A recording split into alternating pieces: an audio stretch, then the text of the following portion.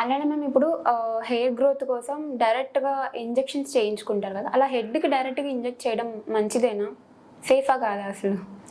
Same thing అండి. ఇప్పుడు ఇందాక చెప్పినట్టు హెడ్ ఇంజెక్షన్స్ అన్నవి మనకి పిఆర్పిస్ అనేవి ఉంటాయి. సో పిఆర్పిస్ అన్నవి ప్లేట్లెట్ రిచ్ ప్లాస్మా అనమాట.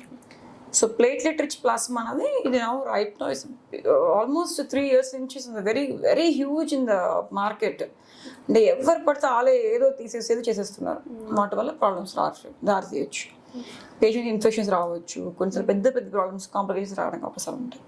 సో దీనికి కూడా మళ్ళీ you have to check your qualifications.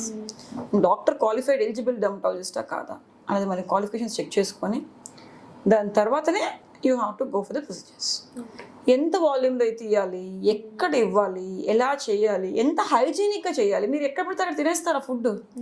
మన తిన్న ఫుడ్ మనం ప్రతి చోట నీట్గా ఉందా లేదా, ప్రెమిసెస్ కరెక్ట్గా చేస్తున్నారా లేదా అన్నీ చెక్ చేసుకుని తింటాం.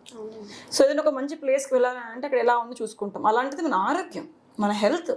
సో ఎలాంటి ప్లేస్లో మనం ఉన్నాము, మన క్వాలిఫైడ్ డాక్టర్స్ చేతుల్లో ఉన్నామా లేదని చూసుకున్న తర్వాత మన ఈ పిఆర్పి ఇంజెక్షన్స్ కానీ గ్రోత్ ఫ్యాక్టర్ సీరమ్స్ కానీ గ్రోత్ ఫ్యాక్టర్ ఇంజెక్షన్స్ కానీ చేయించుకున్నట్టయితే డెఫినెట్గా దే ఆర్ హెల్ప్ఫుల్.